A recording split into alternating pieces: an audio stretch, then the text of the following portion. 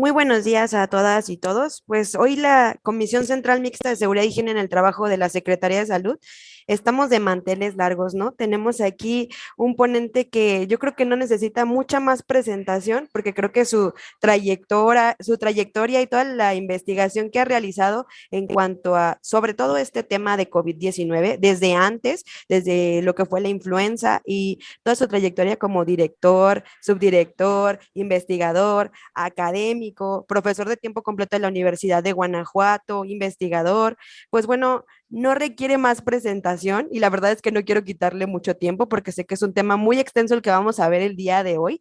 Nada más y agradecerle de todo corazón el estar hoy aquí presente con nosotros y brindarnos esta atención y un pedacito de su agenda para el tema del día de hoy, que es situación y perspectivas de la pandemia COVID-19 y síndrome post-COVID en México. Pues no puedo continuar con las presentaciones porque alargaríamos mucho esta pequeña introducción, pero agradecerle a nombre de nuestros líderes sindicales y nuestro director de recursos humanos y la Comisión Central Mixta de Seguridad y Higiene en el Trabajo, el que esté el día de hoy con nosotros, el doctor Alejandro Ernesto Macías Hernández. Muchas gracias, doctor, por estar aquí hoy con nosotros.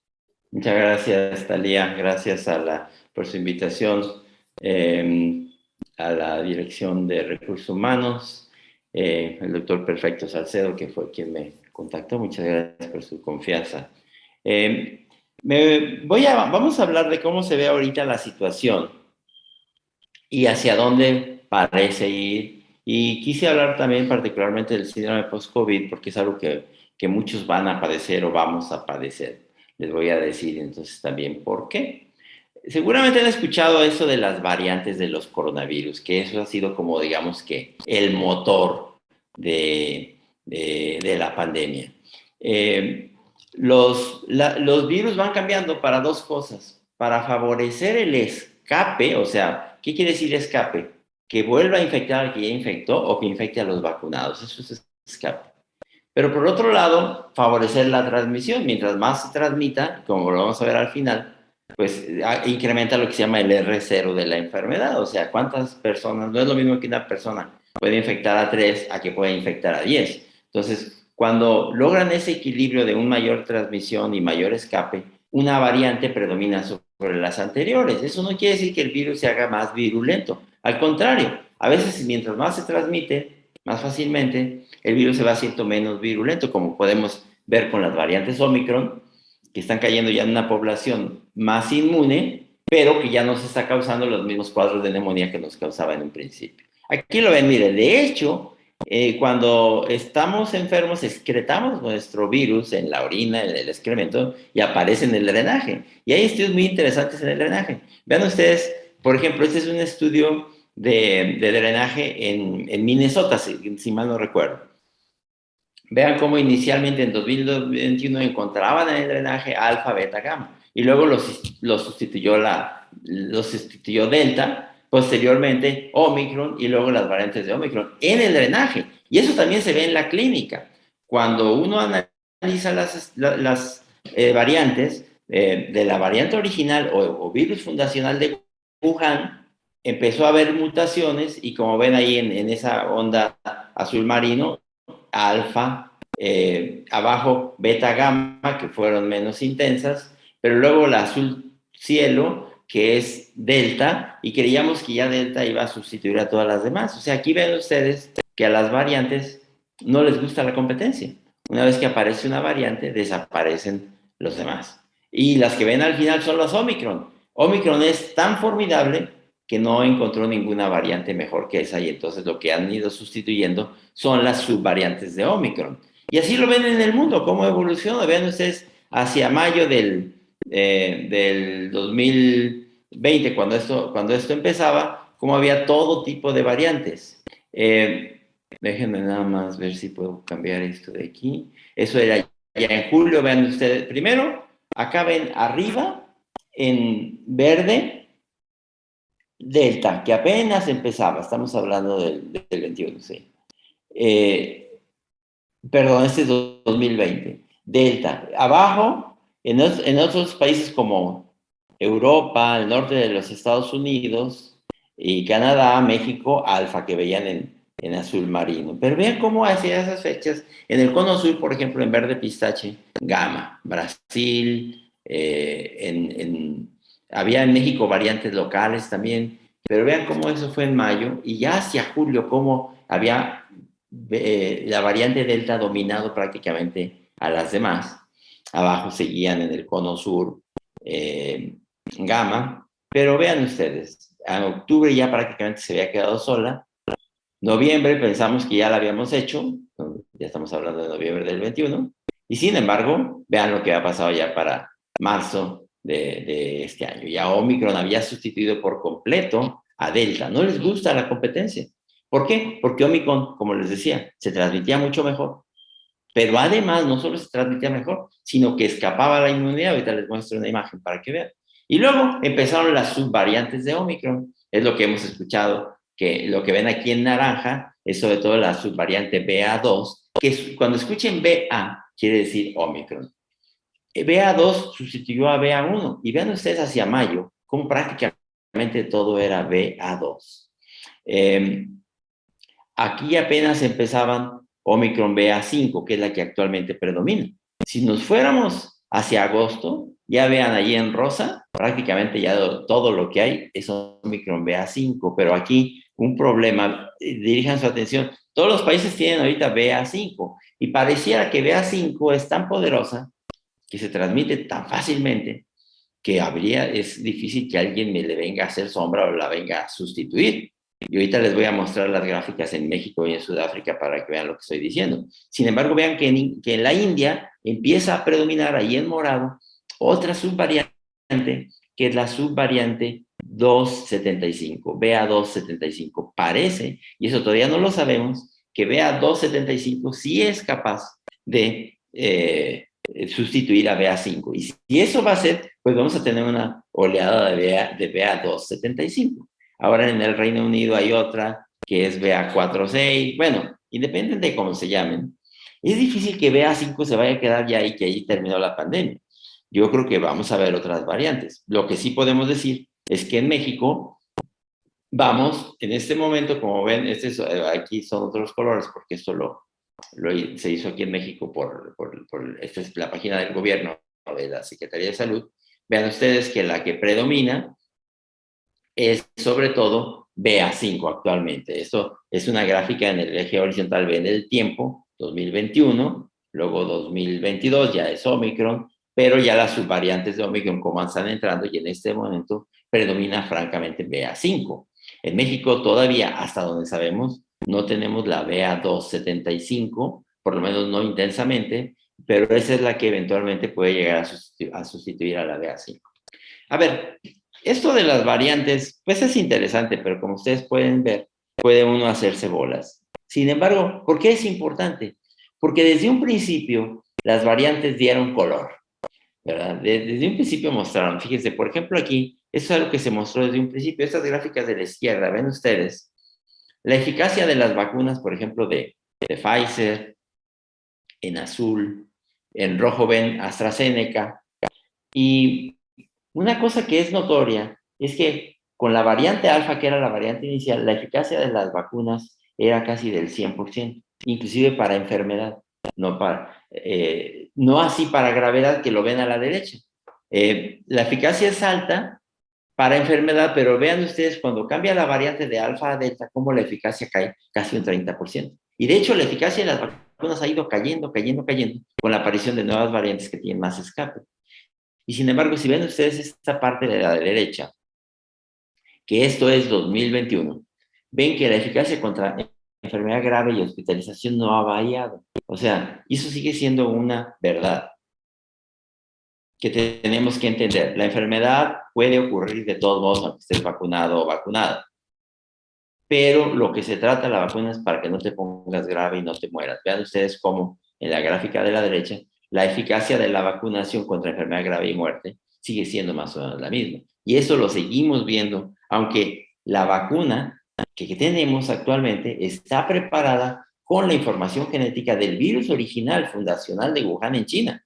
Y eso es importante porque vean que inclusive esas nuevas variantes, las de Omicron, aunque ya te hayas infectado con el virus ancestral que está en rojo, o con el virus Delta que está en amarillo, o con el Omicron que está en azul, y que además te hayas vacunado, vean abajo donde dice BA5, la protección que tienes para enfermedad es baja. O sea, aunque tú te hayas, fíjense, aunque te hayas infectado del virus original, y luego te infectaste de alfa, luego te vacunaron, luego te dio Omicron, la BA1, la de enero, todavía te puede dar la de BA5. Y eso nos deja una imagen que es muy difícil derrotar a las variantes, que tenemos que decir nosotros que trabajamos en la salud con optimismo. Miren, lo peor de la pandemia ya pasó, eso hay que decirlo. Ya no tenemos hospitales saturados, pero si bien lo peor ya pasó, todavía te puedes enfermar. Y me gustaría que luego hablemos del síndrome de post-COVID, porque la gente dice, bueno, pues si me voy a enfermar, me enfermo 2, 3 veces. No, cada vez que te enfermas tienes un riesgo de tener consecuencias a largo plazo. Por eso, es casi seguro que a la larga todos nos vamos a enfermar de este virus. Pero qué bueno que nos agarre cuando ya estemos vacunados. Y ese tiene que ser nuestro mensaje todavía. Todavía cubrebocas en interiores, ventila los espacios cerrados, evita enfermarte, ponte tus vacunas para que si te enfermas no te pongas grave. Creo que ya para entonces, para este momento ya entendemos que los mecanismos de transmisión es por el aire, no es el mecanismo directo o indirecto, eso se lo dejamos a la viruela del mono. No, eso es por el aire. Y ya debemos entender que eso de andar desinfectando superficies, poner tapetes sanitizantes. No voy a ponerle todos los estudios que han demostrado eso, son muchos, pero ya es un conocimiento que tenemos que tener sobre la importancia del cubrebocas. Ahora, los cubrebocas convencionales, por ejemplo, un cubrebocas de alta eficacia como este, necesitan una buena fuerza tensil y cansa. Si lo pueden tener, está bien, pero idealmente tiene que anclar en la nuca, como este, que ancla en la nuca, porque las orejas, llega un momento en que ya no te dan, ¿no? O sea, las orejas para un cubrebocas de alta eficiencia te va a dar 2 o 3 horas y después pierde la fuerza tensil porque se va adelantando el cubrebocas. En esos casos, quizás cuando lo vas a usar mucho tiempo y no vas a aguantar uno de alta eficacia, ponte un cubrebocas de alta eficacia que ancla en la nuca, o bien ponte 2 cubrebocas de los convencionales, por ejemplo, de los cubrebocas quirúrgicos, o un cubrebocas quirúrgico y uno de tela, y esos sellan bastante bien, y la eficacia que te brindan se parece bastante a la de los cubrebocas de alta eficacia. Esta es una sugerencia de los CDCs. Otra cosa que aprendimos es a evitar los interiores donde hay tumultos de personas, porque ahí se concentra mucho el aire de los demás. Así como aprendimos a tomar agua limpia, la higiene va a evolucionar. ¿A qué va a evolucionar? A que respiremos aire limpio. Ven en el metro, por ejemplo, puede ser aquí en León La Oruga, o el transporte público, por ejemplo, o una oficina cerrada. Lo normal es que esté el dióxido de carbono más o menos ande como en 400. Vean 1800 en el metro. Esta persona lleva un cubrebocas, la ven allí, pero eso no es una protección del 100%. Si hay mucho virus en el aire, de todos modos se va a enfermar. Inclusive un cubrebocas N95, en lugar de respirar 100 virus, respira 5. Sí, pero si hay miles, pues de todos modos, aunque traigas cubrebocas, vas a respirar virus. Por eso es tan importante la ventilación. Vean, aquí van en el metro y la ventana va cerrada. Entonces tenemos que aprender eso. En los hospitales va a tener que haber cambios para que brindemos una mejor ventilación. Esta es una unidad de terapia intensiva de un hospital, no se dice cuál, pero también 1800 el CO2, o sea, te entras porque te atropelló una motocicleta, entras a terapia intensiva, sobrevives, pero ahí te vas a enfermar de COVID o de influenza. Entonces, como ven aquí en la imagen de la derecha, la tendencia va a ser no solo a los equipos de protección personal, sino a la ventilación. De hecho, yo creo que es más importante tener una buena ventilación que tener un buen equipo de protección personal. Esto es algo que escribí yo en la versión del Washington Post, que el aire tiene que ser limpio para todos y vamos a evolucionar, porque estamos respirando en edificios cerrados, cajas cerradas, que nos están enfermando no solo de enfermedades infecciosas, sino de agentes volátiles químicos, y es lo que se llama el edificio enfermo. Los edificios nos están enfermando.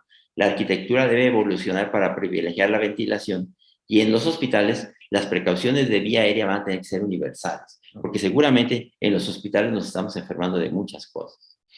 ¿Cómo va la pandemia? Ustedes ven ahí arriba México, ustedes saben que ese reporte de 325,000 muertes, 330,000, no es verdadero. Para estas fechas ya debemos, no es que nadie quiera ocultar las cifras, simple y sencillamente muchas no se han diagnosticado. Pero en este momento yo creo que tenemos más fácilmente de 700,000 muertos. Por fortuna, como ven en la gráfica de arriba, estamos en la quinta ola francamente de bajada del pico. El motor es la subvariante Omicron BA.5. Parece que nadie la ha sustituido. Y de hecho, ven abajo la muerte, los casos de muerte, ya para cada pico, en los años pasados, ven ustedes primero en el 2020, en azul, las variantes locales, luego vino alfa, gamma, a México casi no tuvimos beta, y luego vino delta, luego Omicron y ahora las subvariantes de Omicron. Estamos esperando ver si alguna otra subvariante, como les mostré en la India, viene a sustituir a BA.5, pero por mientras es evidente que ya vemos el efecto de la inmunidad en la población y de la vacunación. Eso no hay que dejar también nunca ese mensaje de nosotros en el personal de salud. Tenemos que decir ya, la vacuna en México ha salvado decenas de miles de vidas. De hecho, ya vean ustedes, los picos Delta y Omicron han sido ya menos, ya de menor mortalidad, y ya esta subvariante Omicron BA.5 está causando menos muertos. Cualquier muerte es una tragedia, pero cada vez vemos menos. Les quise mostrar la imagen del Sudáfrica. ¿Por qué? Porque ellos empezaron un mes antes que nosotros. Vean, arriba, la enfermedad ya prácticamente salieron del pico BA.5, a nosotros nos faltaría todo lo que falta de agosto, pero estamos reproduciendo el patrón que ya corrió Sudáfrica. Vean ustedes, ellos que nos llevan un mes ya tienen una mortalidad promedio semanal de 0. Quiere decir entonces que ya se acabó la epidemia en algunos lugares como Sudáfrica, que tuvieron los picos antes que nosotros. Eso quisiéramos. Pero hay que mantener ojo a visión en lo que va a pasar en Sudáfrica. Va a entrar, por ejemplo, una nueva subvariante a Sudáfrica. Está pasando que ya pasó más de un mes y no ha entrado ninguna. Ellos ya prácticamente podían decir, superamos la epidemia. Pero yo no creo que el virus se vaya a quedar tan contento. Yo creo que eventualmente vamos a tener nuevas subvariantes. Pero este patrón de Sudáfrica lo vamos a repetir nosotros. Seguramente hacia finales de agosto estaremos ya saliendo del pico alfa, BA.5. Tenemos todavía porcentajes de positividad muy altos. Esto es algo que consulté yo en la página del gobierno, de acuerdo con informes que, recuerden, hay una tendencia, pero vean, por ejemplo, Guanajuato, tasas de positividad todavía de 65%. No, todavía México tiene una pandemia muy activa. Vamos a decir que vamos a estar en una situación ya mucho más controlable cuando bajemos del 15, 10, 5%. Pero todavía tenemos tasas de positividad de pruebas muy, muy altas en México. En la clínica, recuerden que los pacientes, esto no, yo sé que no todos los que me escuchan son necesariamente de las áreas clínicas, pero sí creo que entendamos que hay 3 tipos de pacientes en realidad. El paciente agudo, el que llega con cuadro que se acaba de enfermar, que le escurre la nariz, que le duele la garganta, ese tiene mucho virus, pero todavía poca inmunidad, porque la inmunidad apenas está disparando. Lo ven ustedes acá arriba, en esa gráfica verde. Tiene mucho virus, poca inmunidad. Pero algunos empieza a subir mucho la inmunidad y bajar el virus, y es donde ya se curan. O bien la propia inmunidad te daña, porque esto lo que te daña es la inmunidad. Esos son, por fortuna, pocos pacientes. Ese es el segundo tipo de pacientes. El que no se curó, sino que la inmunidad se fue de largo y le atacó los pulmones. Te puedes poner grave, te puedes inclusive morir, pero lo más común es que lo resuelvas también. Pero un grupo pequeño, y ahorita voy a hablar de esos, van a pasar lo que se llama el síndrome post-COVID.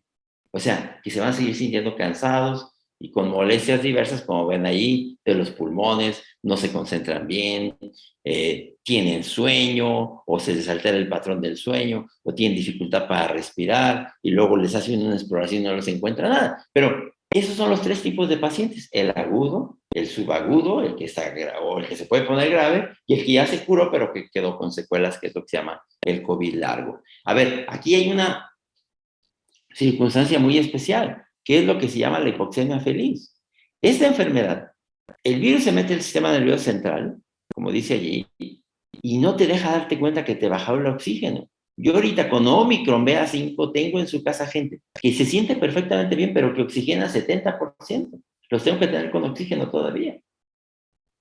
Y no debes oxigenar menos de 90%. Y a veces no te das cuenta. Por eso es la insistencia de que todos tengamos un oxímetro para que veamos. Porque si no te das cuenta, entras en un círculo vicioso. Menos oxígeno, se empieza a escapar de los vasos sanguíneos el líquido a los pulmones y luego tienes todavía menos oxígeno y sin darte cuenta estás entrando en un estado de gravedad. Cuando llegas a los hospitales a veces ya es difícil sacarte vivo o viva porque ustedes ven ahí una tomografía que es como cortar a un paciente como un serrucho, ven la mancha del corazón en medio, los pulmones que tienen que ser negros, ven que están grises, pues esa es la infección. Y a veces ya es muy difícil sacarte viva. Y entonces hay que ponerte en una máquina para respirar, los ventiladores, y ahí es donde, por desgracia, puedes no salir, no sobrevivir la enfermedad. Es la importancia de los oxímetros. Ahora, ya hablamos de que se curan la gran mayoría de la enfermedad aguda, es un catarro.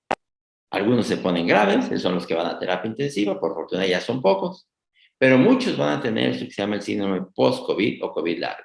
¿Qué es? Sentirse cansada, cansado, a más gravedad que haya tenido el COVID, más posibilidad de que tengas COVID largo, pero no es indispensable. Puede ser que hayas tenido un COVID leve y de todos modos vas a ser síndrome post-COVID, que te vas a sentir cansada, con dificultad para respirar, dolores de cabeza, distracción, ya no te concentras igual, depresión, inclusive ideas suicidas. Algunos quedan con alteraciones del olfato o del gusto, insomnio o somnolencia. A veces en el laboratorio encontramos datos de inflamación en la sangre, a veces no. Hay teorías de por qué pasa eso, pero parece que es porque las proteínas del virus y el genoma del virus se quedan hasta por meses en los distintos tejidos del cuerpo. Y entonces la inmunidad sigue activa, aunque el virus ya no esté, y te hace sentir como que sigues enferma. Hay muchos estudios, pero yo les quise mostrar solamente este. Este para mí es el mejor estudio de COVID largo por varios motivos. Primero porque lo hicieron con mucha gente, lo acaba de publicar una revista El Lancet. Y ellos hicieron controles, dijeron, a ver, los que han tenido COVID y los que no hayan tenido COVID, y los vamos a seguir por un tiempo largo. Pero no solo eso, sino vieron cómo estaban antes de tener COVID, porque hay gente que se siente cansada inclusive antes de tener COVID. Entonces, hicieron como requisito que se hubieran incrementado sus molestias para decir que estaba atribuible al COVID. Entonces, ellos lo siguen así por 150 días para ver si tuvieron dolor de pecho, dificultades para respirar, no necesariamente todos, dolores musculares o articulares, alteraciones del gusto, del olfato, por extremidades que te hormiguean, molestias como dolores o molestias de garganta, sentir frío o calor y que ya no sabes ni qué, es lo que se llama una distermia, o sentir lo que se llama el síndrome de piernas inquietas, brazos pesados, fatiga. ¿Cuánto de eso se puede atribuir a COVID? 12%.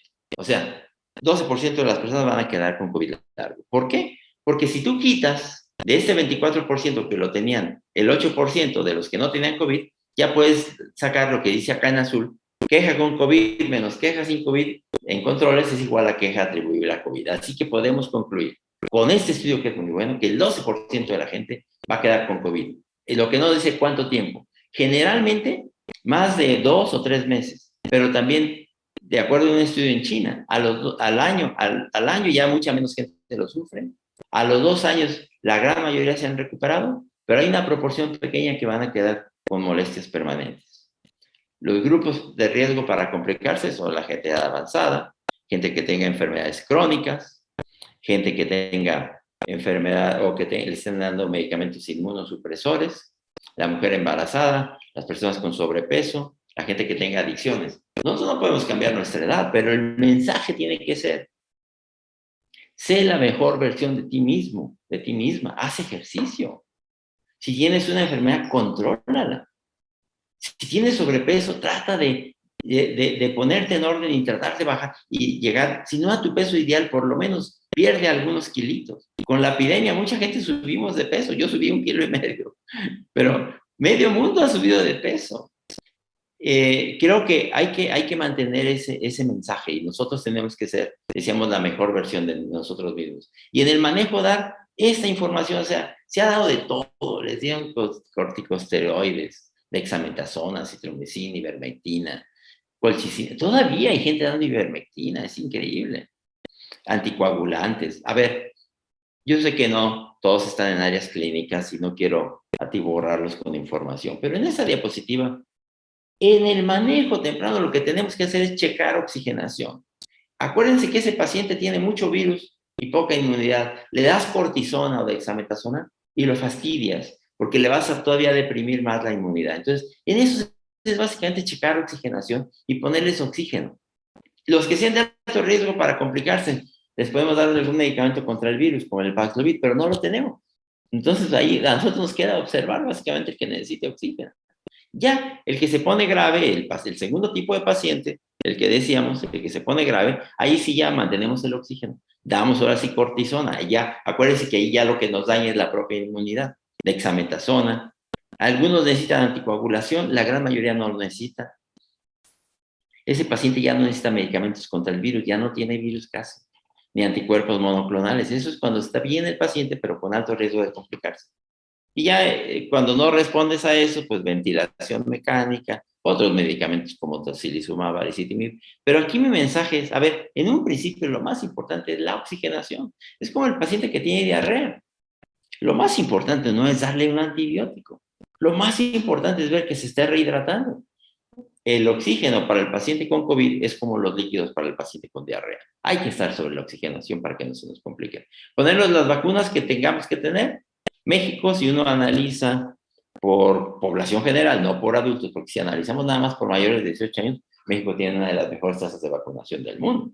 Pero si analizamos por toda la población, pues nos faltan jóvenes y niños. Vean ustedes allí, México todavía no llegue, no tenemos las cifras. Tampoco voy a creer yo, por ejemplo, que en Cuba están llegando casi el 100%. Se llama, no sabemos ni qué vacunas estaban poniendo. Yo a ellos la verdad no les creo. Pero sí Chile, Argentina, otros países que están llegando a cifras cercanas al 100%. De esquemas completos. ¿Qué es un esquema completo actualmente? Un adulto tiene que tener 3 dosis. Y los adultos con alto riesgo de complicarse, los ancianos, por ejemplo, hasta 4 dosis. Jóvenes y niños, 2 dosis. Pero la inmunidad de rebaño, o sea, esa que lleguemos y que ya no va a llegar el virus nunca, nunca la vamos a alcanzar. El virus cuando sale de Wuhan en China tiene una transmisión a 3, o sea, un enfermo enferma a otros 3, lo que se llama el R0, lo que les decía, la transmisibilidad. Ya el virus alfa infectaba a 4 o 5, delta hasta a 8. Ahorita estamos en Omicron arriba de 15 o 20. Entonces vamos a estar como Aquiles y la tortuga, buscando una inmunidad de rebaño que no vamos a alcanzar, la verdad. Pero sí vamos a tener lo que se llama una pared inmunológica. Cada vez más gente con inmunidad, cada vez más gente que se cuida. Vamos a intentar ser, como decía, la mejor versión de nosotros mismos. Y con esa pared inmunológica, con gente ya inmune y vacunada, coexistir con el virus, porque el virus no se va a ir. Y que ya no nos derrumbe las instituciones, no nos haga lo que nos ha hecho. Y que nos permita retomar nuestra vida normal y nuestros servicios de salud. Y entre otras, una gran deuda, las tasas de vacunación infantil. Y yo creo que podemos aprender las lecciones. No nos debe volver a pasar lo que nos pasó. Necesitamos invertir más en salud. México es de los países que menos invierte en salud. No se puede. Yo estoy de acuerdo que hay que atacar la corrupción, pero no va por ahí nada más. Corrupción cero es imposible. ¿Por qué no aceptamos eso?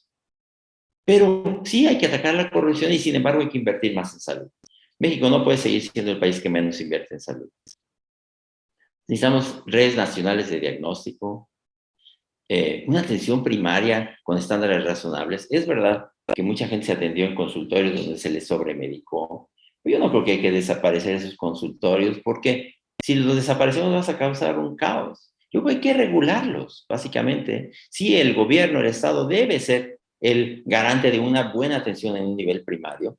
Y por desgracia, mucha gente, el gobierno hemos perdido la jetatura sobre el sistema primario de atención. Y a mucha gente se le ha sobremedicado, se le dio demasiado temprano cortisona, corticosteroides, eso trajo complicaciones. Y de acuerdo que necesitamos un mejor sistema de atención primario, es de las lecciones que tenemos que atender.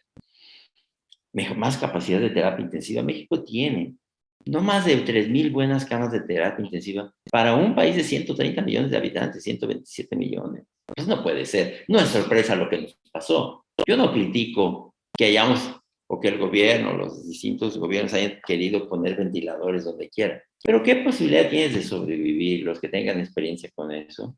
Si te ponen en un ventilador fuera de terapia intensiva con personal que no sabe manejar ventiladores, prácticamente tu probabilidad de sobrevivir es cero. No es nada más comprar ventiladores. Yo otra vez no critico el haber comprado ventiladores, pero necesitamos especialistas de terapia intensiva, gente capacitada para manejar pacientes en condiciones críticas. Y eso ya lo sabíamos desde la pandemia anterior, que no se nos acaba el oxígeno. Se nos llenó los hospitales, mandamos a la gente a su casa con oxígeno, se acababan el oxígeno en 12 horas y iban a hacer una cola de 24 horas para comprar el siguiente tanque. México tiene que tener un mejor acuerdo con sus productores de oxígeno, pero también sobre todo que volvamos a fabricar nuestras propias vacunas. Los jóvenes que son ustedes, muchos no sabrán o no se percatan que México, que ahora no produce vacunas, fue un gran productor internacional de vacunas. Las vacunas mexicanas estaban en todo el mundo. Ahora se dejó de hacer y fue más fácil salir a comprárselas a China o a la India. Eso es una tragedia, no puede ser. México tiene que volver a producir sus propias vacunas, como se está haciendo en el convenio con Sanofi, por ejemplo, para producir ya la vacuna de influenza en México. El convenio con AstraZeneca para producir la vacuna de COVID, tener esa plataforma. La plataforma de la vacuna patria que se le ha criticado, pero que va a funcionar muy bien para que tengamos una plataforma de distintos tipos y México llegue a ser un gran productor de vacunas internacional otra vez. Olvídense del petróleo, digo. Si realmente pudiéramos producir las vacunas que el mundo necesita, México tiene el talento, las universidades, la industria farmacéutica, las plantas para producirlas. Nos falta nada más coordinarnos, como se están coordinando con la vacuna patria. Entonces, ojalá que aprendamos las lecciones para que la siguiente pandemia no nos cause el daño que nos causó esta. Muchas gracias por su atención. Tenemos por ahí algunas preguntas, doctor. Sí, La 5 primera dice, minutitos. Déjame nada más dejar de compartir. ¿es correcto? No sé si dejo de compartir. Ok, Sí, a ver, es correcto. vamos rápido sobre Por las ahí preguntas. nos dicen, ¿se tendrá que vacunar cada 4 meses de acuerdo a la No, evolución de COVID? no, No. no, seguramente en el futuro vamos a tener vacunas anuales cuando mucho. No es posible, eso no es sostenible. Dice, en caso de odontólogos, ¿qué recomienda para el adecuado manejo de los aerosoles en la práctica clínica? Ahí no les queda más que su N95 y una careta, y ventilación. Es muy importante la ventilación para los odontólogos, ¿eh? Si no pueden tener ventilación, por lo menos una de esas máquinas que filtran el aire, pero trabajan tan cerquita del paciente que para los odontólogos es muy importante el N95 y la careta. Y si pueden tener ventilación, qué mejor. Muchas gracias, doctor. La siguiente pregunta es, ¿cuántas veces se puede contagiar de COVID una persona? Todas. Ya vieron que aunque te hayas infectado, cuando haya variantes nuevas, no va a haber un límite de las veces que te puedas infectar, te tienes que cuidar. Dice, ¿qué puede hacer una persona con una enfermedad inmunodepresiva para ayudar a su cuerpo a salir del COVID?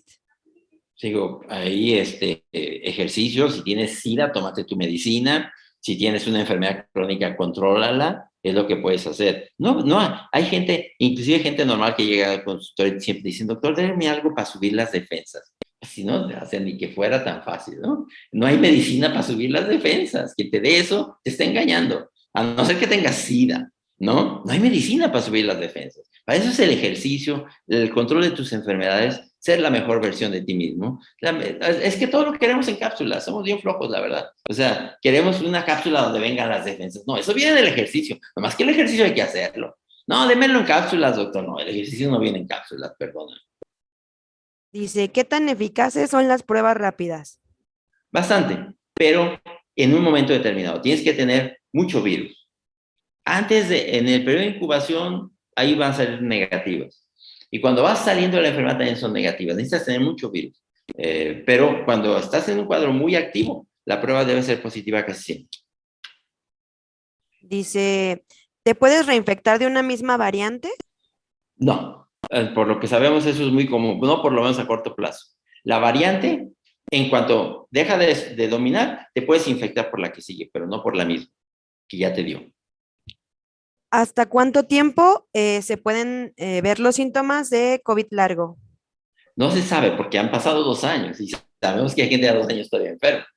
Puede ser que ya dure por muchos años, pero en general antes de 2 años ya están recuperados prácticamente todos.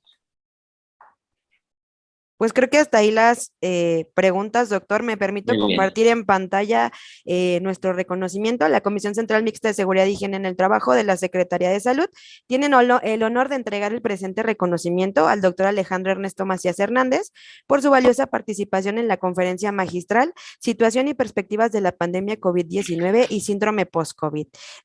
Hoy, miércoles 17 de agosto del 2022, y la firma su servidora, la doctora en Salud Pública, Talia Granados Guevara, Secretaría Técnica de la Comisión Central Mixta de Seguridad e Higiene en el Trabajo de esta nuestra Secretaría de Salud. Muchas gracias, doctor, Son muy por la amables, atención. son muy amables. Excelente tema.